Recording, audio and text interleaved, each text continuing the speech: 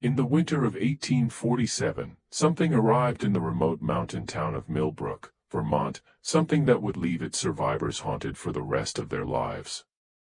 They called him Samuel Hawthorne, though that name appears in no official records from before that dreadful February night when he stepped out of a blizzard that had already taken 17 lives across Windham County. What the townspeople eventually uncovered about this man, who spoke of far-off lands beyond the peaks and used medical knowledge to save dozens during a deadly outbreak of winter fever, would shatter their faith in humanity itself and expose truths about survival that civilized minds refused to accept. For over 170 years, the Milbrook Historical Society has kept certain documents hidden from public view. Documents that reveal not just who Samuel Hawthorne truly was, but what he had done to survive in those frozen heights, and, even more terrifying, what he continued to do long after being rescued. The truth about Samuel Hawthorne is not merely a story of survival gone wrong.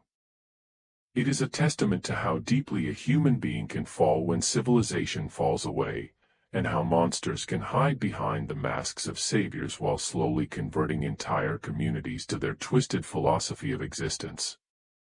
Before we go further into the story of Samuel Hawthorne and the winter that forever changed Milbrook, make sure to subscribe and hit that notification bell, because stories like this dig deep into America's darkest historical secrets. And tell us in the comments which state you're listening from, because you might be surprised how many similar disappearances happened in your area during those brutal winters of the 1840s.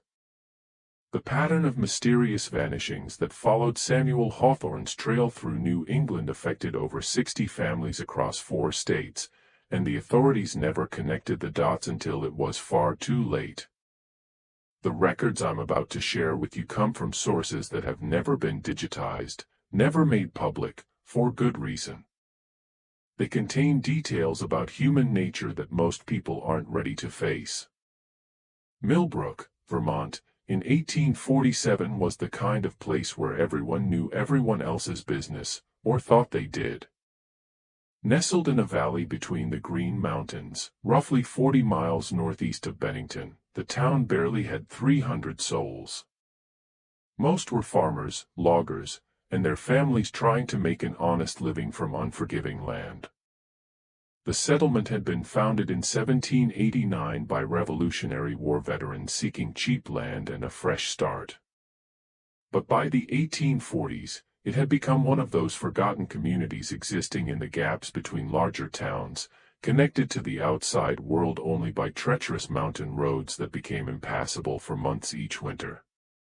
The winter of 1846–47 had been especially brutal, with temperatures dropping so low that the town's doctor, Ezekiel Putnam, a Harvard-educated physician who had come to Milbrook in 1843 seeking a simpler life after losing his Boston practice to gambling debts, recorded in his journal that whiskey froze solid in bottles left out overnight. The Connecticut River, which normally provided fresh water and a route for trade goods, had frozen to a depth of 4 feet by January.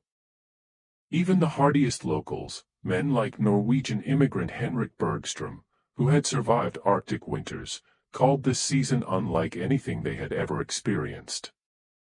The town's heart was Main Street, a muddy thoroughfare in summer, a frozen wasteland in winter, lined with Jeremiah Prescott's General Store, a 2-story wooden building that served as the community's primary source of supplies and unofficial news hub.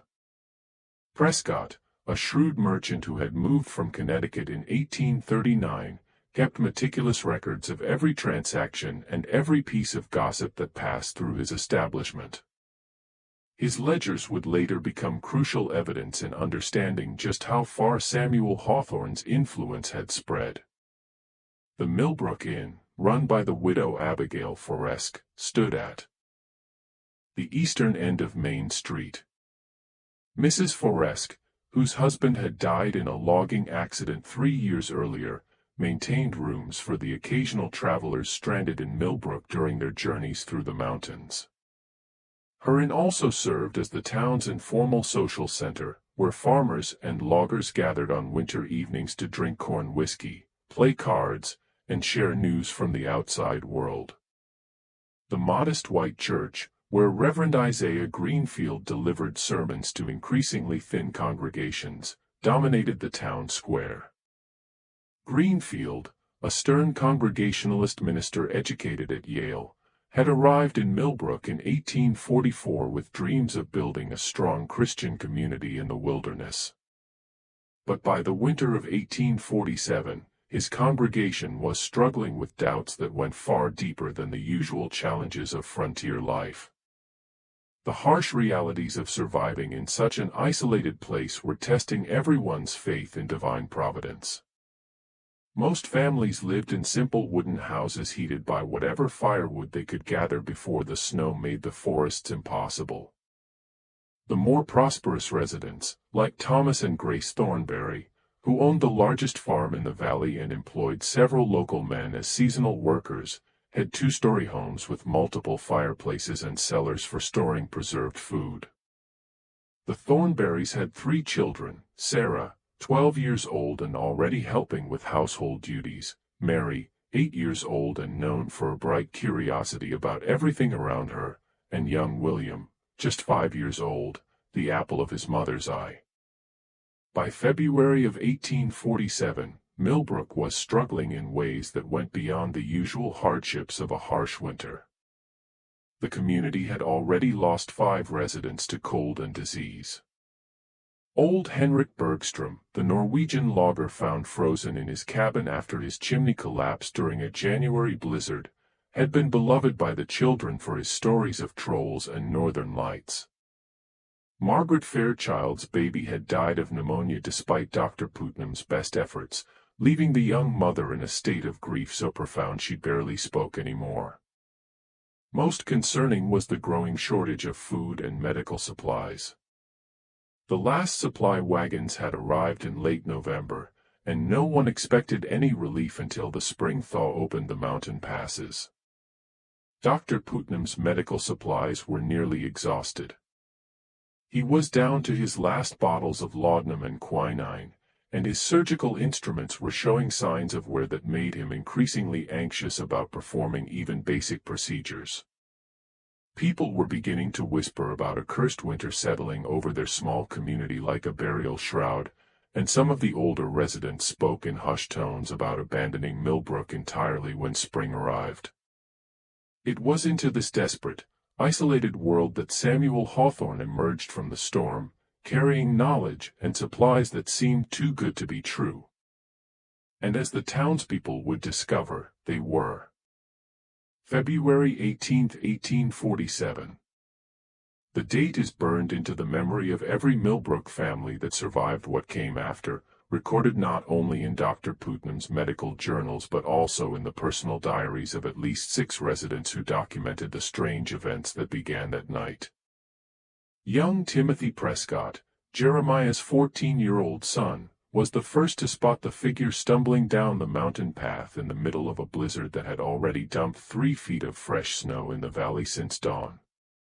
The boy had been checking the store's rear windows for ice damage when he saw what looked like a walking corpse silhouetted against the white fury of the storm. Timothy's first instinct was to dismiss the figure as a hallucination from staring too long into the swirling snow. But as he watched, the shape resolved into unmistakably human form. The figure moved with purpose, following the winding path down from the high peaks with a confidence that seemed impossible in such conditions. Most travelers caught in blizzards wandered randomly, becoming increasingly disoriented until they collapsed from exhaustion or exposure. This person walked as if following a map that only he could see. The boy called for his father, and within minutes, half the men in town had gathered at Prescott's store to watch the stranger approach. What they saw defied their understanding of what was possible in such weather. The figure walked upright against winds that were bending trees nearly horizontal. His pace was steady, unhurried, as if he were taking a leisurely stroll through pleasant weather instead of battling conditions that had already killed several travelers that winter. Samuel Hawthorne arrived at death's door, or so it seemed. His clothes were strange, made of materials the folks in Milbrook had never seen before. The outer garment appeared to be a long coat or cloak fashioned from what looked like treated animal hide, but the texture was unlike any leather the local farmers and hunters recognized. It was thick, almost armor-like, and seemed to repel snow rather than absorb it. Underneath he wore layered clothing made from a tightly woven fabric that looked almost metallic in certain light. His boots were perhaps the most puzzling aspect of his appearance. They were constructed in a way that left peculiar tracks in the snow, deeper than ordinary boots would make, with a distinctive pattern that included what looked like metal studs or spikes arranged in geometric designs. Dr. Putnam later sketched these tracks in his journal, noting they were unlike any footwear manufactured in New England or any European pattern with which I am familiar. The boots appeared designed specifically for traversing difficult terrain in extreme weather, suggesting a level of craftsmanship and specialized knowledge inconsistent with Hawthorne's claim to come from a simple mountain community. But it was Hawthorne's physical condition that first truly unsettled the townspeople. Despite allegedly wandering through a killing blizzard for what he claimed were many days and nights of walking through the White Death, he showed none of the signs of severe frostbite that should have claimed his fingers and toes. His cheeks were ruddy with cold, yes, but his extremities were perfectly intact. His movement was fluid and coordinated, and his speech was clear and articulate. Dr. Putnam examined him thoroughly and found this so remarkable that he wrote extensively about it, theorizing that Hawthorne must have had access to shelter and proper supplies far more recently than his story suggested. The man himself was tall and lean, standing well over 6 feet, with dark hair that seemed prematurely streaked with white, though he appeared no more than 35 years old. His build suggested someone accustomed to physical labor and harsh conditions. His hands were calloused and scarred, his shoulders broad from years of carrying heavy loads, his legs powerful from walking long distances over difficult terrain. But it was his face that people remembered most clearly. His features were sharp and angular, with high cheekbones and a prominent nose that gave him an almost predatory appearance. His skin was weathered but healthy, with none of the pallor or signs of malnutrition expected from someone surviving in the wilderness. Most memorable were his eyes, a pale blue that seemed almost colorless in certain light, like ice over deep water. The way he looked at people made them deeply uncomfortable, as if he were measuring them for something they couldn't understand. Children found him fascinating, the way they might be drawn to a dangerous animal, while adults instinctively felt the need to keep their distance. Several residents later described the unsettling sensation that Hawthorne was cataloging everything he saw, memorizing the layout of their homes, the routines of their families, the relationships and hierarchies within the community. When he spoke, it was in perfect English, but with an accent no one in Milbrook could place. It wasn't British, despite some similarities in pronunciation. It wasn't German or Scandinavian, though there were hints of those influences. Dr. Putnam, who had traveled extensively before settling in Vermont, described it as an accent that seems to borrow from many sources while belonging to none. Hawthorne's vocabulary was extensive and precise, suggesting formal education, but he occasionally used words or phrases that seemed archaic or simply unfamiliar to his listeners. His story, when he finally told it, was both compelling and deeply unsettling. He claimed to come from beyond the great peaks, from valleys where the sun shines differently and the seasons follow older patterns. When pressed for specifics about this homeland, he would become vague, speaking of "my people" and "the homeland across the white fields, where the old ways still guide the wise." He described a community that lived in harmony with the harshest aspects of nature, where survival depended not on fighting the wilderness but on understanding its deeper rhythms and accepting its necessary cruelties. Children found him fascinating, gathering around whenever he spoke to listen to his stories of distant places and strange customs. Adults found him deeply unsettling but couldn't quite articulate why. There was something about the way he moved, the way he observed everything around him, the way his pale eyes seemed to see through people rather than simply looking at them, that triggered instinctive alarm responses in anyone who spent more than a few minutes in his presence. The most disturbing aspect of Samuel Hawthorne's arrival, however, was what he carried with him.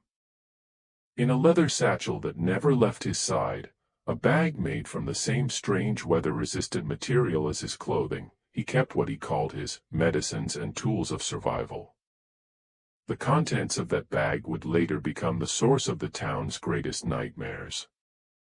But in those first days, desperate as they were for any kind of help, the people of Milbrook welcomed what seemed like divine intervention in their darkest hour. That first night, as Hawthorne sat by the fire in the Milbrook Inn, warming himself with a mug of Mrs. Forrest's strongest coffee, he began to demonstrate the knowledge that would make him indispensable to the community. When young Sarah Thornberry began coughing violently, a symptom that had been growing worse over the past week and had Dr. Putnam worried about consumption, Hawthorne listened carefully to the sound and immediately diagnosed a respiratory infection caused by breathing too much smoke from poorly ventilated fireplaces. From his mysterious satchel, he produced a small vial containing a dark liquid that smelled of pine needles and something else, something sweet and organic that no one could identify. He instructed Sarah to take just 3 drops mixed with warm water before bedtime. Within an hour, her coughing had subsided significantly. By morning, she was breathing normally for the first time in weeks. Word of this miraculous cure spread through Milbrook like wildfire, and by the end of Samuel Hawthorne's first full day in town, half the community was lined up outside the inn, hoping for relief from various ailments that had been plaguing them throughout the harsh winter. Within days of his arrival, Samuel Hawthorne had established himself as Milbrook's unofficial second doctor, though his methods were unlike anything the townspeople had ever witnessed. Dr. Putnam, initially skeptical of anyone claiming medical knowledge without formal training, became grudgingly impressed with the stranger's diagnostic abilities and the effectiveness of his treatments. Hawthorne could diagnose ailments at a glance, identifying conditions that had puzzled Putnam for weeks. He knew exactly which herbs to gather even in the dead of winter, somehow locating medicinal plants buried under feet of snow. And most remarkably, his treatments worked with an efficiency bordering on the miraculous. When little Sarah Thornberry developed what Dr. Putnam feared was consumption, the same disease that had killed 3 people in Milbrook the previous winter, Hawthorne prepared a strange concoction that involved boiling certain roots with what he claimed was preserved meat from mountain game, prepared according to the old traditions of my people. The process took several hours and required ingredients that Hawthorne produced from various containers in his seemingly bottomless leather satchel. The smell emanating from his cooking pot was unlike anything the townspeople had encountered, sweet and sickly, with an underlying odor that reminded several residents of the time Henrik Bergstrom's body hadn't been found for nearly a week after his cabin chimney collapsed. Mrs. Forrest, who prided herself on her knowledge of cooking and preserving foods, couldn't identify any of the scents coming from Hawthorne's preparation. When she asked about his ingredients, he smiled mysteriously and explained that his people had developed these preservation techniques over many generations of surviving in the harshest mountain conditions. The medicine worked. Sarah recovered completely within 3 days, though she complained of vivid nightmares filled with snow and hungry eyes watching her from dark places. She described dreams of walking through endless white landscapes where shadowy figures called to her in languages she didn't understand, promising her warmth and food if she would only join them in their sacred feast. Her mother, Grace Thornberry, was so grateful for her daughter's recovery that she insisted Hawthorne stay in the family's spare room above the kitchen, despite her husband Thomas's reservations about hosting a stranger about whom they knew so little. It was Grace who first noticed Hawthorne's peculiar habits and began to document them in letters to her sister in Albany. Letters that were never sent but were preserved in the Thornberry family papers and provided crucial evidence for later investigators. Hawthorne never slept more than 2 or 3 hours at a time, and always with one ear listening, as if expecting something to find him. He would wake several times each night and spend long periods sitting motionless by the window, staring out at the snow-covered landscape with an intensity that made Grace deeply uncomfortable. He would disappear for hours during the worst storms, claiming he needed to gather certain plants and materials for his medicines. These expeditions seemed impossible given the weather conditions, winds that made it dangerous for even experienced outdoorsmen to venture far from shelter, temperatures that could kill an unprepared person within hours. Yet Hawthorne would return from these mysterious journeys with his strange boots barely wet and carrying items that shouldn't have been available in the Vermont wilderness during winter. Fresh meat was the most puzzling of his acquisitions. While local hunters hadn't seen game for weeks and were surviving on preserved stores from the autumn hunting season, Hawthorne regularly returned with what he claimed were rabbits, deer, and other forest animals that he had trapped or hunted during his excursions. The meat looked fresh and was skillfully prepared, cut into precise portions that he claimed were traditional methods learned from his people. But several of the more experienced hunters in town noticed that the cuts didn't look quite right. The bone structure seemed wrong for the animals Hawthorne claimed they came from, and the meat itself had a texture and color that didn't match what they knew of local game. Dr. Putnam, whose medical training had included some study of anatomy, became increasingly suspicious of Hawthorne's game meat. During one of his examinations of the portions Hawthorne used in his medicines, Putnam noticed what appeared to be cuts of meat that looked remarkably similar to human muscle tissue. When he raised this concern with Hawthorne, the stranger laughed and explained that his people had developed techniques for preparing meat that could make even the toughest animals tender and nutritious. "You must understand, Doctor," Hawthorne said with his unsettling smile, "that survival in the true wilderness requires one to abandon the squeamish attitudes of civilized society. My people learned long ago that all meat is essentially the same. It provides the nutrients needed to sustain life regardless of its original source. The important thing is proper preparation and the spiritual attitude with which one consumes what nature provides." Grace found him one morning carefully cleaning what appeared to be a woman's silver locket, polishing it with a soft cloth while humming a tune she'd never heard, but which seemed hauntingly familiar. The melody was simple but deeply unsettling, with a rhythm that reminded her of funeral dirges she'd heard as a child. When she asked about the locket, he smiled that unsettling smile and said, "It belonged to a dear friend from home who couldn't make the journey, but whose spirit travels with me always." But Grace could have sworn she'd seen that exact locket before, around the neck of Rebecca Henley, the wife of merchant James Henley, who had disappeared with her husband during a trip to Albany the previous autumn. The Henleys had been traveling through the mountain passes when an early storm trapped them, and despite extensive searches by local authorities, no trace of them had ever been found. The locket was distinctive, silver, with an intricate floral pattern that Rebecca's grandmother had brought from Ireland. Grace had admired it many times when the Henleys visited Milbrook for supplies. The stranger's room became a source of growing unease for the Thornberry family. Strange sounds emanated from it at night, soft scraping noises, like someone working with small tools, occasionally punctuated by what sounded like muffled crying or whimpering. The sounds were so faint that they might have been dismissed as settling wood or wine through the walls, but they followed patterns that suggested deliberate activity rather than natural phenomena. When Grace's husband, Thomas, finally worked up the courage to ask about the sounds, Hawthorne explained that he was working on maps to guide me back home when spring arrives, and journals to record the wisdom I've learned during my time among your people. He showed Thomas elaborate drawings on what looked like treated animal hide, marked with symbols and route notations that made no sense to anyone in Milbrook. The maps were incredibly detailed, showing topographical features, weather patterns, and travel routes through terrain that seemed far more extensive than anything visible from Milbrook. But the maps told a disturbing story for anyone who looked closely enough to understand their implications.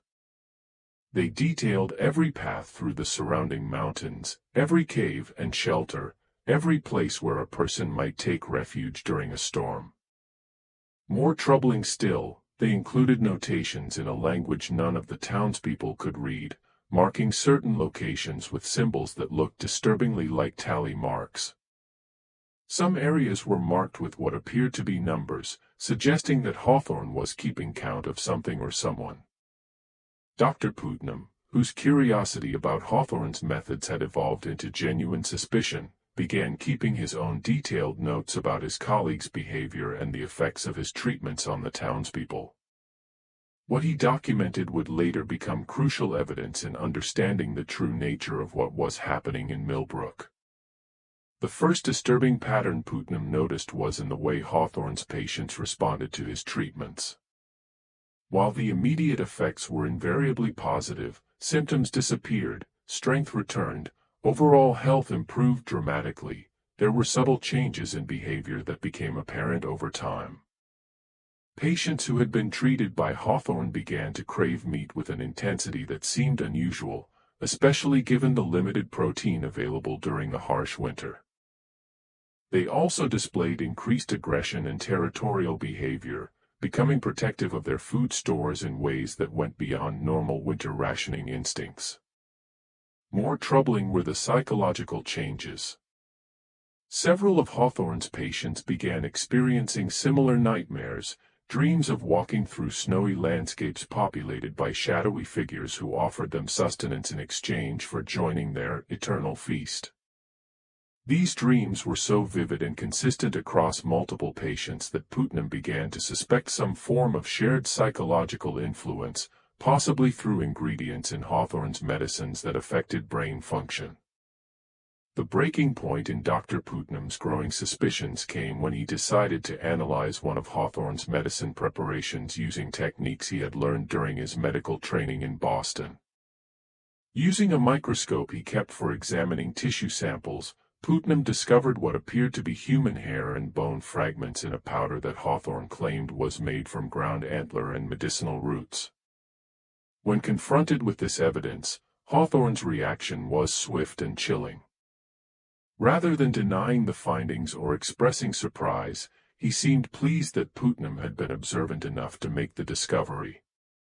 "Ah, Doctor," Hawthorne said, his pale eyes gleaming with what appeared to be genuine admiration. "I had hoped someone in this community would possess the intelligence to understand the true nature of my work." "Yes, you are correct in your analysis. The most effective medicines are those that incorporate elements from the ultimate source of life, human beings themselves." Putnam's blood ran cold as Hawthorne continued his explanation. "In my homeland, we learned long ago that the human body contains within it all the elements necessary to heal and strengthen other human bodies. When prepared properly, according to the sacred traditions passed down through generations of true healers, human tissue becomes the most powerful medicine available. It creates a bond between those who share in its consumption, a communion that goes far deeper than anything your Christian sacraments could achieve." The implications of what Hawthorne was describing hit Putnam like a physical blow. Not only was this man feeding human remains to the townspeople as medicine, but he was doing so as part of a deliberate plan to psychologically condition them to accept cannibalism as normal and even beneficial. The nightmares, the behavioral changes, the craving for meat, all of it was part of a systematic process of breaking down the psychological barriers that prevented civilized people from engaging in the ultimate taboo. As February melted into March, the situation in Milbrook took an increasingly dark and complex turn. Samuel Hawthorne's medical successes continued to mount, but so did the strange incidents and unsettling discoveries surrounding his presence. Dr. Putnam began keeping even more detailed notes about his mysterious colleague's methods, partly out of medical curiosity, partly due to growing suspicions that something profoundly disturbing was happening to his community under the guise of healing. Hawthorne's medical kit contained instruments that Dr. Putnam had never seen in any medical textbook or surgical manual. There were scalpels with unusual curved blades designed for cutting in ways that seemed more suited to butchery than surgery. Small saws with teeth arranged in patterns that suggested they were meant for cutting through bone rather than performing delicate operations. And various bottles containing powders and liquids that gave off odors unlike any known pharmaceutical preparations. When Putnam asked to examine these substances more closely, hoping to understand their composition and perhaps learn new techniques that might benefit his own patients, Hawthorne would deflect with elaborate explanations about family secrets passed down through generations of healers in the old country, and sacred knowledge that loses its power when shared with those who haven't been properly initiated into its mysteries. The breakthrough in understanding Hawthorne's true nature came when young Timothy Prescott, the same boy who'd first spotted the stranger emerging from the blizzard, made a discovery that would change everything the townspeople thought they knew about their mysterious benefactor. While exploring the woods behind the Thornberry house, Timothy found what he first thought was an animal's den or perhaps a cave-in from an old mine shaft. The opening was partially concealed by fallen logs and accumulated snow, making it nearly invisible unless someone was looking directly at it from the right angle. But as Timothy investigated more closely, clearing away some of the debris to see how deep the depression went, he realized someone had been using the cave-like space as a carefully organized storage site. The opening led to a natural chamber in the hillside that had been expanded and modified to create a sophisticated cache for preserving materials and supplies. The walls were lined with what appeared to be treated animal hides, but the texture and appearance were unlike anything Timothy had seen local hunters produce. Inside this hidden repository, wrapped in the same strange leather-like material as Hawthorne's clothes, were items that made Timothy's blood run cold, and his hands shake as he unwrapped bundle after bundle of evidence pointing to something far more sinister than anyone in Milbrook had imagined. There were clothes, lots of them. Men's work shirts, women's dresses, children's winter coats, all carefully folded and preserved, but damaged in ways that suggested they'd been cut away from their owners rather than simply discarded or outgrown. Some bore dark stains that Timothy, despite his young age, instinctively recognized as blood. The clothing represented styles and fabrics from different regions and time periods, suggesting that this collection had been assembled over several years from many different sources. More disturbing were the personal items. Wedding rings, pocket watches, women's jewelry, children's toys, family photographs, religious items like crosses and prayer books, dozens of small objects that families treasured and would never willingly abandon. Each item was carefully cleaned and organized, as if they were trophies being preserved for some specific purpose. But what truly terrified Timothy was the collection of detailed sketches he found wrapped in oiled cloth to protect them from moisture. They were anatomical drawings showing the human body in ways that seemed designed for butchery rather than healing. The drawings included careful notations about optimal cutting points for maximum yield, preservation methods for extended storage in winter conditions, and preparation techniques for various forms of consumption. Some sketches showed techniques for breaking down large game animals, deer, elk, bear, with detailed instructions for field dressing and meat preservation, but others clearly depicted human forms with similar notations, treating the human body as simply another source of protein to be harvested and processed. The clinical precision of these drawings, combined with their obvious practical application, suggested that their creator had extensive hands-on experience with the procedures they illustrated. Timothy ran home and told his father, who initially dismissed the boy's story as winter fever imagination brought on by too many ghost stories around the fire. But Jeremiah Prescott was a practical man who had learned to trust his son's observations, and when Timothy led him to the cache, even he couldn't explain away what they discovered. The most chilling find was a journal written in the same careful handwriting that had created Hawthorne's maps. The entries were dated going back over 3 years, describing what the author called expeditions into the mountains and encounters with traveling parties and isolated families. The journal detailed these encounters with clinical precision, describing the author's growing expertise in field preservation of resources and maintaining supplies during extended isolation periods. As Jeremiah read through the entries, a horrifying pattern emerged. The journal described a systematic process of stalking and trapping travelers, particularly families or small groups who were vulnerable to the harsh mountain conditions.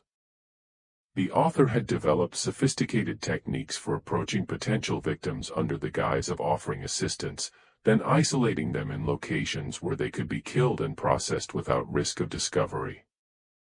One entry dated nearly 18 months before Hawthorne's arrival in Milbrook described an encounter with a family of 5 traveling to Albany for the father's work as a mill supervisor.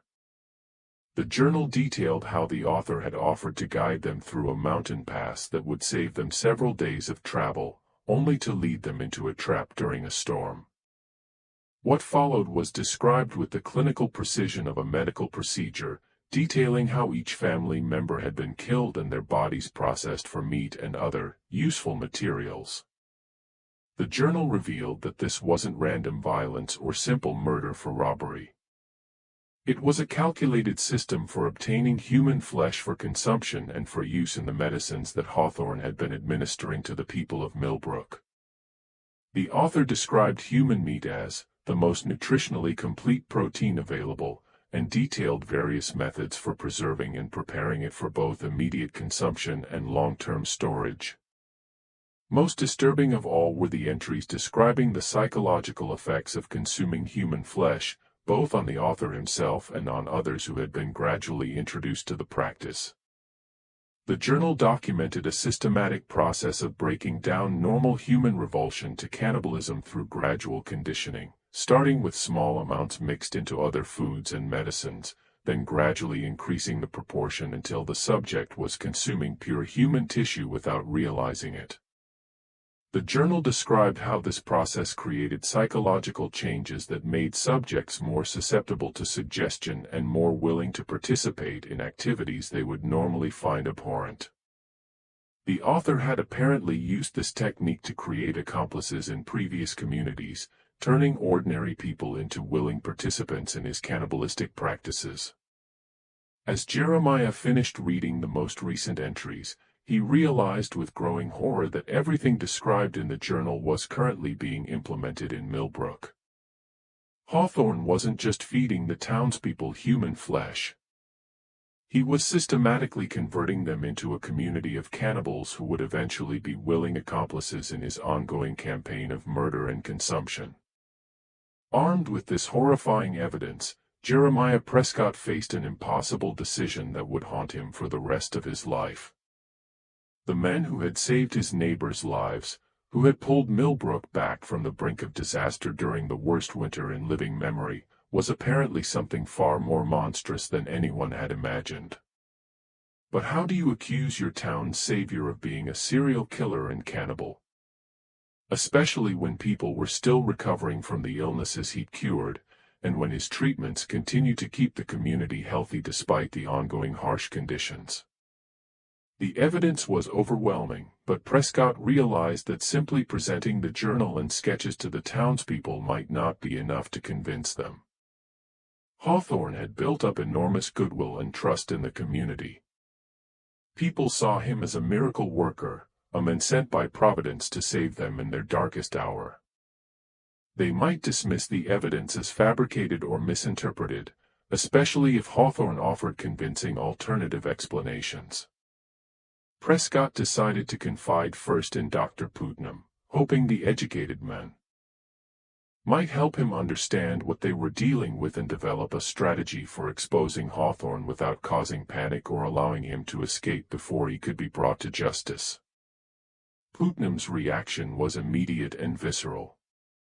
He'd been harboring his own suspicions about Hawthorne's methods for weeks, and Prescott's discovery confirmed his worst fears about the true nature of the medicines that had been so remarkably effective in treating the townspeople's ailments.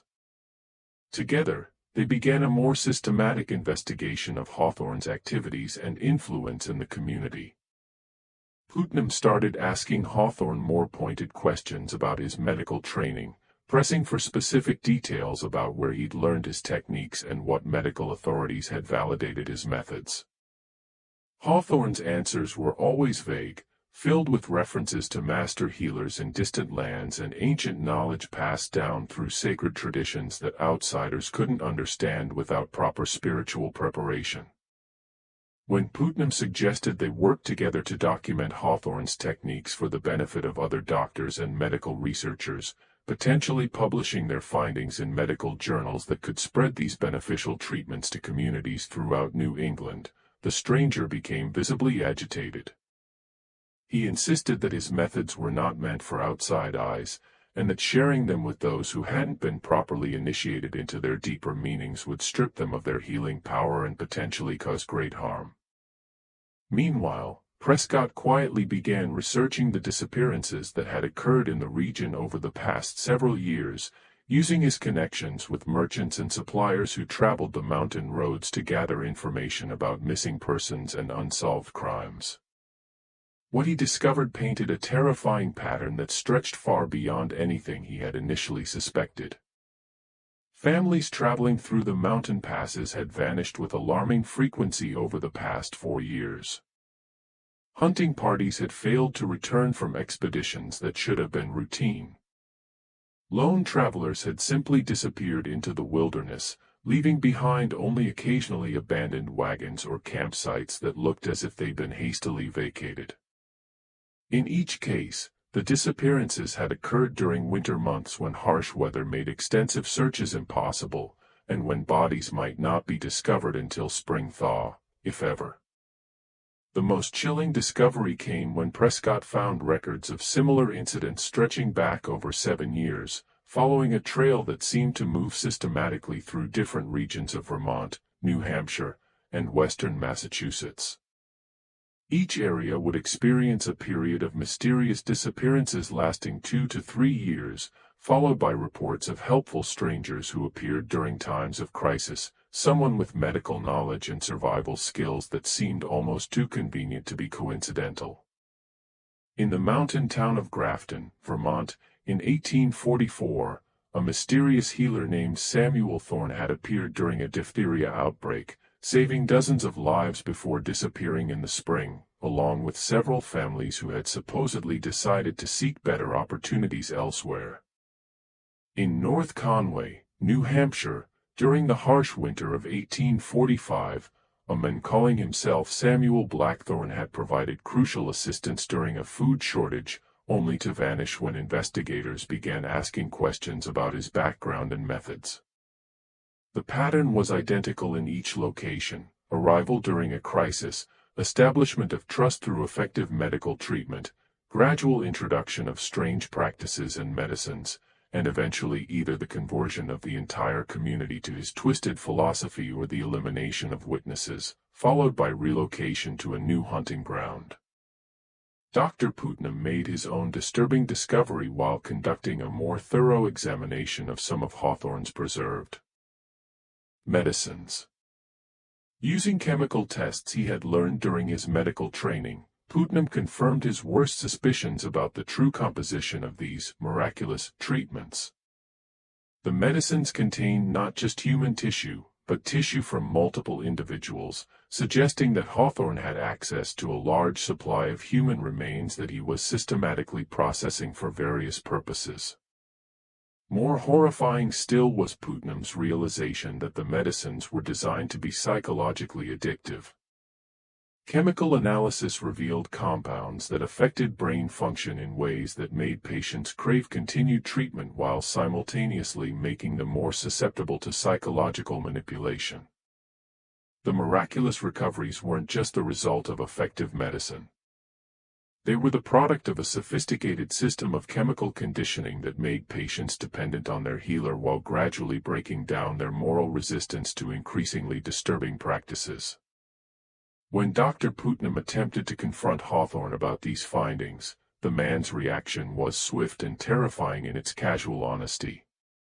Rather than denying the accusations or expressing outrage at the implications, Hawthorne seemed almost relieved that someone had finally understood the sophistication of his work. "You don't understand the necessities of true survival, Doctor," Hawthorne said, his pale eyes taking on a predatory gleam that made Putnam's blood run cold. "In the places I've been, in the situations I've faced, one learns that the boundaries between medicine and other necessities become meaningless when survival is at stake. The human body provides what the human body needs, if one has the knowledge and the will to use it properly." Hawthorne continued his explanation with the calm precision of a professor delivering a lecture to interested students. "Your civilized society has created artificial taboos around the most natural and efficient forms of sustenance. My people learned long ago that these taboos are luxury attitudes that only the weak and well-fed can afford to maintain. When winter comes, when food runs out, when death stalks every household, such squeamishness becomes not just foolish, but actively harmful to survival." Putnam left that conversation convinced that Samuel Hawthorne wasn't just a killer.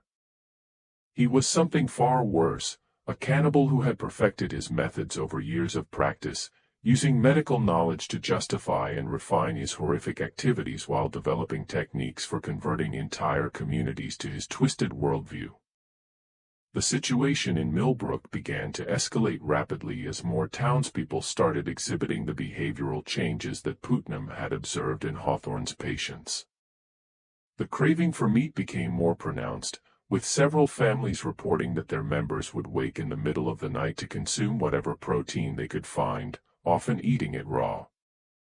Children began playing increasingly violent games that involved detailed discussions of butchering and food preparation. Adults started hoarding personal items from deceased community members, claiming they were keeping their spirits close, but displaying possessive behaviors that seemed more predatory than sentimental. Most disturbing was the way the townspeople began to regard outsiders and potential visitors with suspicious calculation. When a lost traveler stumbled into Milbrook during a March snowstorm, several residents gathered to observe the stranger with expressions that Dr. Putnam described in his journal as the look of hungry wolves evaluating potential prey. The breaking point came when Grace Thornberry's youngest daughter, Mary, began experiencing symptoms that made it clear just how far Hawthorne's influence had spread through the community. The 8-year-old child developed an insatiable hunger for meat, specifically raw meat, and began having vivid nightmares about the hungry people in the snow, who wanted to share their feast with her and teach her the old ways of eating.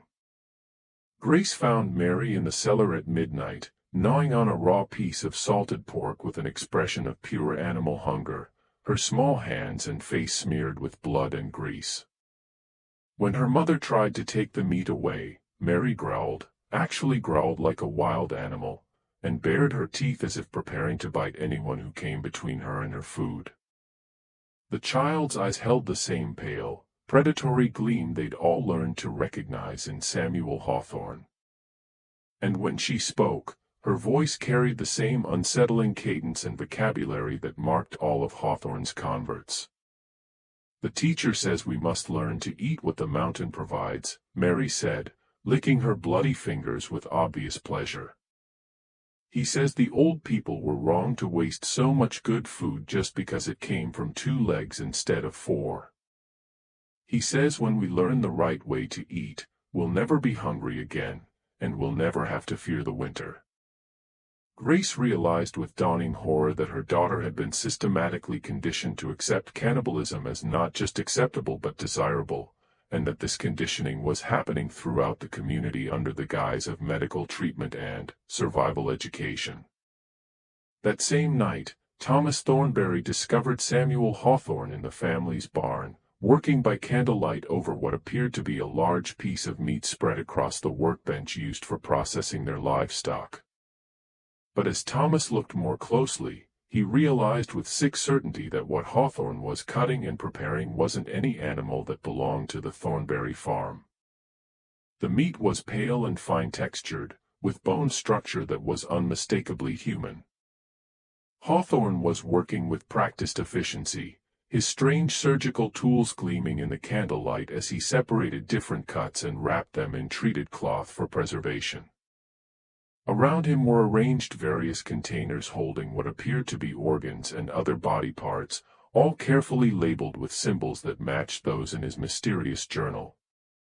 When Hawthorne noticed Thomas watching him, he didn't show any sign of shame or alarm.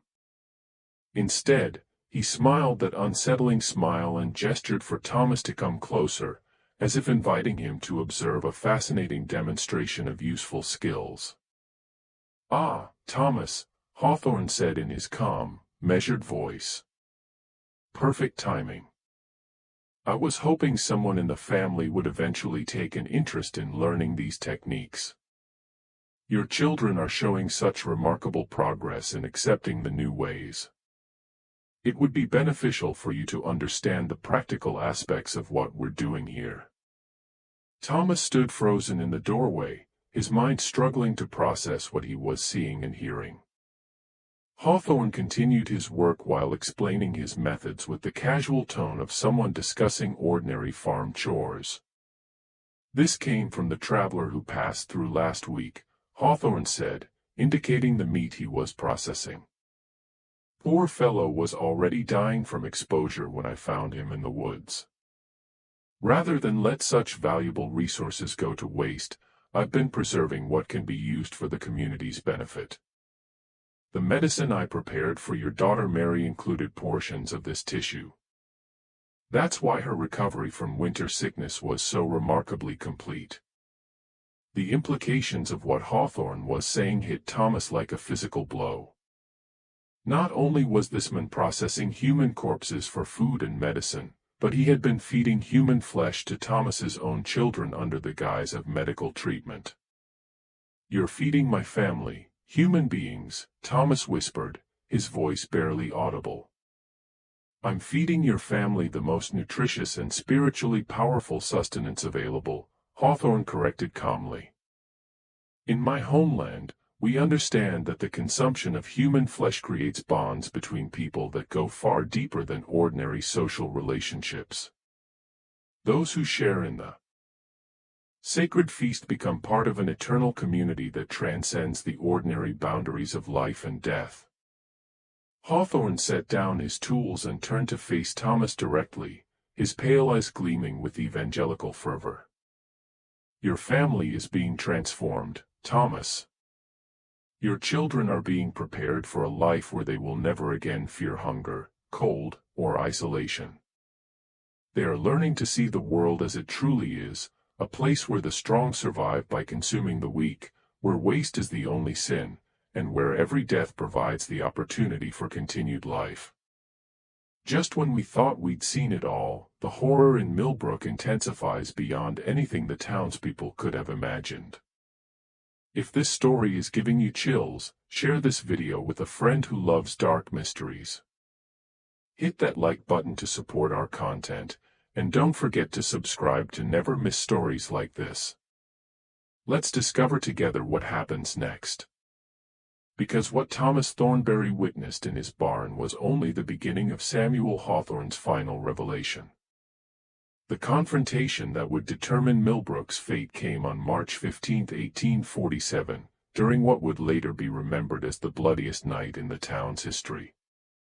Dr. Putnam and Jeremiah Prescott had spent the previous day gathering evidence and allies, finally convincing Reverend Greenfield and several other town leaders that Samuel Hawthorne posed a mortal threat to their community. The decision to act had been forced by increasingly desperate circumstances. More townspeople were exhibiting signs of psychological conditioning. Children were disappearing for hours at a time and returning with blood on their clothes and secretive expressions, and several families reported finding human remains hidden in their cellars and barns. The plan was to arrest Hawthorne quietly and search his belongings for evidence that could be presented to federal authorities. But Hawthorne had been watching the community's leaders just as carefully as they had been watching him. When the group of 6 men, Dr. Putnam, Jeremiah Prescott, Reverend Greenfield, Thomas Thornberry, innkeeper Joshua Foresk, Abigail's brother-in-law, who had arrived from Bennington the week before, and town constable Marcus Hartwell, approached the Thornberry house that evening, they found the scene transformed into something from their worst nightmares. The house was eerily quiet, but candlelight flickered from every window, creating dancing shadows that seemed to move with deliberate purpose. Too quiet for a household that should have contained a family of 5 plus their mysterious guest. The silence was broken only by a low rhythmic sound that none of them could immediately identify, something between singing and chanting, with a cadence that seemed to match the beating of a human heart. Thomas Thornberry met them at the door, but the man who greeted them was no longer the hard-working farmer they had known for years. Something was wrong with his eyes. They held the same vacant, predatory expression they'd learned to recognize in all of Hawthorne's most devoted followers, but intensified to a degree that made him seem barely human. His movements were fluid and coordinated, like a predator stalking prey, and his smile revealed teeth that seemed somehow sharper than they should have been. Behind him, Grace Thornberry stood motionless in the hallway, her hands stained with what looked like blood, her once neat dress torn and stained with substances the men didn't want to identify. Her hair hung loose around her shoulders, and her face wore an expression of beatific calm that was somehow more terrifying than outright madness would have been. "Samuel has been teaching us about true survival," Thomas said in a voice that didn't quite sound like his own. The words carried Hawthorne's distinctive accent and cadence, as if Thomas were reciting lessons he had memorized, about the communion that binds communities together in the deepest winter, and the sacred responsibilities that come with understanding the real nature of sustenance. "Would you like to learn?" Dr. Putnam pushed past Thomas, his medical training overriding his fear as he tried to understand what had happened to the Thornberry family. What he found inside the house was a scene that would haunt him for the rest of his life, a nightmare that combined religious ritual with butchery in ways that challenged his understanding of what human beings were capable of becoming. The furniture had been rearranged to create what looked like a primitive altar in the center of the main room. The Thornberrys' dining table had been moved to serve as the focal point, surrounded by chairs arranged in a perfect circle. Around this makeshift altar sat the remaining members of the Thornberry family: Grace, 12-year-old Sarah, 8-year-old Mary, and 5-year-old William, along with several neighbors who had supposedly gone home hours earlier, but who now wore the same empty predatory expressions as Thomas and Grace. In the center of the circle, Samuel Hawthorne knelt beside the dining table, which had been covered with a white cloth now soaked with dark stains. On it lay what Dr. Putnam initially thought was a large piece of butchered livestock.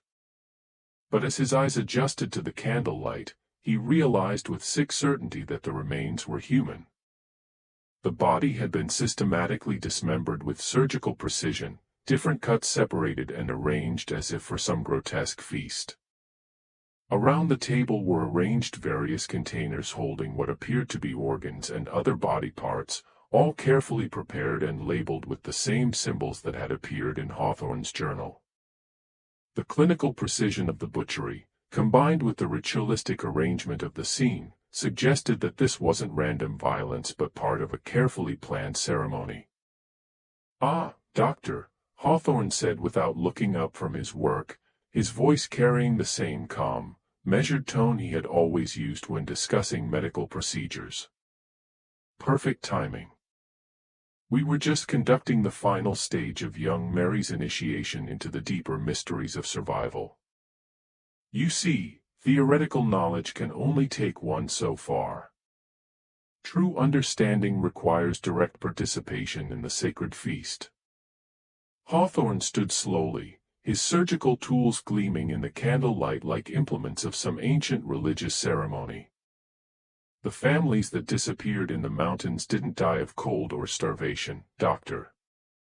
They became part of something much larger and more meaningful. They contributed to the survival of someone who could use their resources more efficiently than they ever could have managed on their own. Dr. Putnam realized with growing horror that everyone in the room was staring at him and his companions with barely controlled hunger, their eyes tracking every movement with the focused attention of predators evaluating potential prey. Whatever Hawthorne had been feeding these people, whatever psychological conditioning he had been implementing through his medicines and teachings, had transformed them at a fundamental level that went far beyond simple mental influence. "You've been drugging them," Putnam whispered, his voice barely audible in the candlelit room. "Conditioning them chemically and psychologically to accept necessity," Hawthorne interrupted, his voice taking on the fervent tone of a preacher delivering a sermon to devoted followers. "To embrace the truth that your civilized society has spent centuries trying to deny, that survival requires the strong to consume the weak, that waste is the greatest sin, and that the human body provides the most perfect sustenance for human life." Hawthorne gestured toward the arranged body parts with obvious pride in his work. "In my homeland, which exists wherever winter is coldest and resources are scarcest, we learned that human fellowship requires sacrifice. The many sustain the few who are capable of leading them through the darkest times. These people have been transformed from weak, fearful creatures into something stronger, more unified, more capable of surviving whatever this harsh world can inflict upon them." Reverend Greenfield, who had remained silent until that moment, suddenly found his voice as the full horror of what he was witnessing penetrated his shock. "You're talking about cannibalism, about murder, about turning these people into monsters like yourself. Abandoning every principle that separates human beings from wild beasts." Hawthorne's laugh was the most chilling sound any of them had ever heard. Not the laugh of a madman, but the genuinely amused response of someone who found their ignorance more pitiable than offensive. "Monsters, Reverend. Look around you carefully. These people are healthier than they've been all winter. Their children are growing strong and learning skills that will serve them for life. Their families are unified in purpose in ways that your empty promises of heavenly reward could never achieve. I've given them something infinitely more valuable than your abstract moral principles. I've given them the tools and the mindset to survive anything this world can inflict upon them." The confrontation that followed was swift, brutal, and unlike anything the men of Milbrook had ever experienced. Hawthorne's converts attacked the intruders with savage coordination, moving like a pack of predators who had hunted together many times before.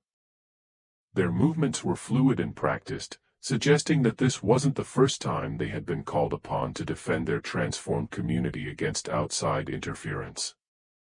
Thomas Thornberry moved with inhuman speed, his farm-strengthened hands becoming claws that raked across Constable Hartwell's face before the men could draw his weapon. Grace Thornberry produced a butcher's knife from somewhere in her blood-stained dress and advanced on Reverend Greenfield with the focused determination of someone who had been trained for exactly this situation. Most horrifying of all were the children. Sarah, Mary, and William Thornberry attacked with coordination that spoke of extensive training, their small size allowing them to move underneath the men's defenses, while their complete lack of fear or hesitation made them far more dangerous than their age would suggest. They had been transformed into something no longer quite human, retaining their childish appearance while gaining the predatory instincts of natural killers. Dr. Putnam found himself fighting for his life against people he had known and treated for years, people whose children he had delivered and whose ailments he had cured. But the individuals attacking him bore only physical resemblance to the farmers and families he had called neighbors. Their personalities, their moral frameworks, their fundamental understanding of right and wrong had been systematically dismantled and rebuilt according to Samuel Hawthorne's twisted philosophy. The battle was desperate and chaotic, fought with farm tools, kitchen knives, and bare hands in the confined space of the Thornberry house. The converts fought with the desperate ferocity of people defending not just their lives but their entire worldview, while the town leaders fought with the desperation of men who understood that failure meant not just death but the complete corruption of everything they held sacred. Dr. Putnam barely escaped, carrying word of the horror to the rest of Milbrook while bleeding from multiple wounds and haunted by images that would never leave his memory. Joshua Foresk managed to reach his horse and ride toward Bennington to bring help from outside authorities, though he would never make it to his destination. The others, Reverend Greenfield, Thomas Thornberry, and Constable Hartwell, disappeared into the nightmare that the Thornberry house had become. By dawn, half the remaining population of Milbrook was mobilizing to end Samuel Hawthorne's reign of terror. But they were no longer fighting a single deranged individual. They were facing an organized community of converts who had been systematically prepared for exactly this confrontation, and who regarded the approaching townspeople not as neighbors trying to save them but as enemies threatening everything they had learned to value. The siege of the Thornberry house lasted 3 days and nights, becoming a nightmare of urban warfare fought between former neighbors who no longer recognized each other as human beings. The unconverted townspeople, led by Dr. Putnam and the few other community leaders who had escaped Hawthorne's initial trap, found themselves fighting not just for their lives but for the soul of their community against people they had known and trusted for years. Samuel Hawthorne had prepared for this eventuality with characteristic thoroughness. The house had been fortified with barricades and defensive positions that suggested months of planning. The converts had stockpiled weapons, food, and medical supplies that would allow them to withstand an extended siege. Most disturbing of all, they fought with coordination and tactical knowledge that indicated extensive training in organized violence. The unconverted townspeople quickly realized they were outmatched. Hawthorne's followers moved through the house and surrounding buildings with the fluid coordination of soldiers who had drilled together extensively. They used the terrain to their advantage, employing ambush tactics and psychological warfare that broke down the attackers' morale as much as their numbers. But perhaps the most effective weapon in Hawthorne's arsenal was the converts themselves. Seeing their former neighbors, friends, and family members transformed into predatory creatures willing to kill and cannibalize anyone who opposed them had a devastating psychological effect on the attacking townspeople. Many simply couldn't bring themselves to use lethal force against people they had known since childhood, even when those people were trying to kill them. Dr. Putnam documented the siege in journal entries that provide the most detailed account of what experts now consider one of the most successful examples of mass psychological conversion in American history. His writings describe the heartbreaking moments when fathers found themselves fighting their own children, when wives faced husbands across barricades, when the fundamental bonds of community and family were revealed to be far more fragile than anyone had imagined. On the morning of the third day, the siege ended not with victory for either side but with the complete disappearance of Samuel Hawthorne and his most devoted followers. When the exhausted townspeople finally broke through the house's defenses, they found it empty, except for evidence of hasty preparation for departure. Hawthorne and his converts had vanished into the mountains, taking with them supplies, weapons, and preserved food that would allow them to survive indefinitely in the wilderness. The aftermath of Samuel Hawthorne's departure left Milbrook a broken community that would never recover from what it had experienced. Of the 43 people who had fallen under his influence to varying degrees, only 12 were ever seen again. They trickled back to town over the following weeks and months, hollow-eyed and refusing to speak about what they had experienced in the mountains with their former teacher. Most of these survivors left Milbrook within a year, unable to bear the memories or the suspicious looks of their former neighbors, who could never be entirely certain that the conversion process had been reversed. Some moved to distant cities where they could start over with new identities. Others simply disappeared into the American frontier, perhaps seeking communities where their changed perspectives and unusual skills would be less conspicuous. Dr. Putnam spent the remaining years of his life documenting everything he could remember about Hawthorne's methods, teachings, and the systematic process by which an ordinary community had been transformed into a cannibalistic cult. His journals, preserved in the Vermont Historical Society's restricted archives, provide the most detailed account of what experts now believe was one of America's first recorded cases of mass psychological conditioning used to override fundamental moral taboos. The physical evidence was damning enough. When spring arrived and the snows melted, search parties found multiple cache sites throughout the mountains containing preserved human remains and personal effects from dozens of missing persons spanning several years. The scale of Hawthorne's activities became clear. He had been operating throughout New England for at least a decade, preying on travelers and isolated families while perfecting his methods of psychological manipulation and human preservation. The cache sites revealed the sophisticated nature of Hawthorne's operation. He had established permanent supply depots throughout the mountain wilderness, each containing equipment for butchering, preserving, and storing human flesh, along with chemical supplies for producing the medicines he used to condition his victims. The organization and scale of these installations suggested that Hawthorne was not working alone but was part of a larger network of individuals engaged in similar activities throughout the northeastern wilderness. But perhaps the most disturbing discovery came in late April, when a hunter found what appeared to be a permanent settlement deep in the mountains, far from any established trails or settlements. The site included sophisticated food preservation equipment, medical instruments of unusual design, workshops for producing the strange tools and clothing that Hawthorne had carried, and detailed journals documenting his experiments in what he called survival psychology. These journals revealed that his activities in Milbrook weren't random predation or even simple cannibalism driven by hunger or madness.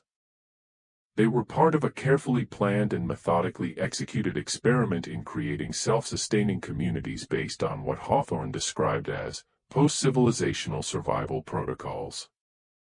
His ultimate goal was apparently to develop techniques for maintaining human communities during extended periods of societal collapse, using methods that abandoned conventional moral constraints in favor of pure survival efficiency.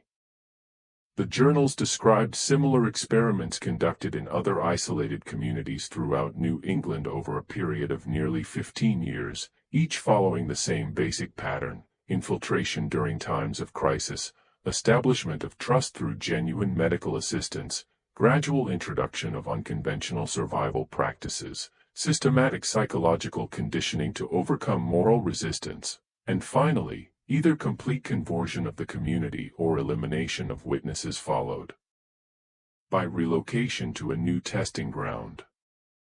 Most chilling of all were the detailed entries describing Hawthorne's long-term plans for expanding his operations. He had identified dozens of vulnerable communities throughout the northeastern mountains and had developed comprehensive strategies for infiltrating and converting each one. His ultimate vision appeared to be the creation of a network of cannibalistic communities that could support each other through the harshest winters and most severe societal disruptions, gradually spreading his philosophy throughout the isolated regions of New England and eventually beyond. The journals also revealed that Hawthorne was not the architect of this system but rather a field operative working for what appeared to be a larger organization dedicated to developing and testing survival strategies for anticipated societal collapse. References to the council and the directors suggested that his work was being monitored and guided by individuals with extensive resources and long-term planning capabilities.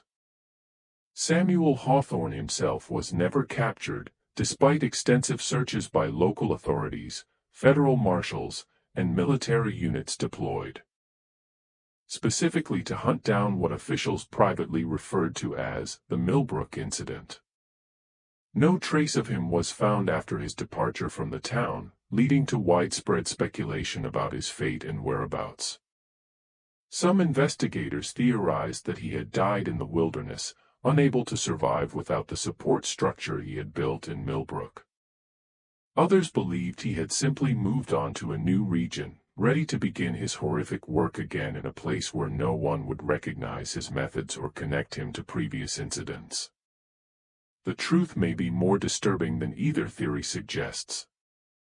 In 1851, just 4 years after the Milbrook incident, reports began surfacing from isolated communities in northern Maine of a helpful stranger who appeared during harsh winters, offering medical assistance and survival advice to struggling families. In 1854, similar reports came from remote areas of New Hampshire, describing a man with pale eyes and medical knowledge who seemed to understand exactly what people needed to hear during their darkest moments. Each incident followed the same pattern that had devastated Milbrook: arrival during a crisis, establishment of trust through effective medical treatment, gradual introduction of unconventional practices, and eventually either complete conversion of the target community or mysterious disappearances followed by the stranger's departure. The last confirmed sighting of someone matching Hawthorne's description came in 1859, in a mining camp in northern Michigan, where desperate conditions during an unusually brutal winter had left the miners vulnerable to anyone offering hope and assistance. Witnesses described a man with pale eyes and prematurely white-streaked hair who claimed to come from distant lands beyond the great forests where the old ways of survival are still honored. He stayed for 3 months, helping the miners survive conditions that had already killed several of their number. His medicines were remarkably effective. His advice about food preservation and rationing kept the camp supplied through the worst of the winter. And his leadership helped maintain morale during weeks when the temperature never rose above zero. When spring arrived and the mining company's supply wagons finally reached the camp, Hawthorne had vanished, taking with him 12 members of the mining community who were never seen again. The mining company's records, discovered decades later during research into industrial accidents of the 1850s, included disturbing details about the condition of the camp when the supply wagons arrived. The remaining miners displayed behavioral changes consistent with those observed in Milbrook survivors: obsessive hoarding of food, unusual dietary preferences involving raw meat, and social dynamics that suggested the community had developed hierarchical structures based on principles very different from conventional mining camp organization. Dr. Putnam's final journal entry, written shortly before his death from pneumonia in 1863, contained a warning that has haunted researchers and law enforcement officials for over a century. The men we knew as Samuel Hawthorne understood something about human nature that civilized people prefer to ignore, that under the right conditions, with the proper techniques and sufficient patience, anyone can be convinced that the unthinkable is not only acceptable but necessary for survival. He didn't create monsters from ordinary people. He revealed the monsters that already existed within them, waiting for permission to emerge. Putnam's warning proved prophetic in ways he couldn't have anticipated. The American Civil War, which began just 14 years after the Milbrook incident, provided numerous examples of ordinary citizens committing atrocities that would have been unthinkable under normal circumstances. The industrial disasters and social upheavals of the late 19th century repeatedly demonstrated how quickly civilized communities could descend into savage competition for resources when survival became the primary concern. Modern psychological research has confirmed many of Dr. Putnam's observations about the techniques Samuel Hawthorne used to convert an entire community to his twisted worldview. Studies of cult indoctrination, military conditioning, and survival psychology have identified the same basic principles that Hawthorne applied with such devastating effectiveness: gradual introduction of extreme concepts, creation of dependency relationships, isolation from alternative viewpoints, and systematic breaking down of moral boundaries through incremental steps that each seem reasonable in context. This mystery shows us that the greatest horrors in human history often come not from supernatural forces or random violence but from the systematic exploitation of human psychology by individuals who understand how to manipulate our deepest instincts and most fundamental needs. The story of Samuel Hawthorne reminds us that civilization is far more fragile than we like to believe, and that the line between healer and destroyer, between teacher and corrupter, can disappear entirely when survival becomes the only virtue that matters. What do you think of this story? Do you believe everything was revealed, or could there be more to Samuel Hawthorne's true identity and the organization he apparently served? Leave your comment below and share your theories about what really drove this man to such extremes, and whether his network of survival communities might still exist in remote areas of our country. If you enjoyed this dark tale from America's hidden history and want more stories like this, subscribe to Roots of Fear, hit the notification bell, and share with someone who loves historical mysteries that make you question how much we really know about the people around us. See you in the next video, where we'll explore another chapter from the shadows of American history that authorities tried to bury forever.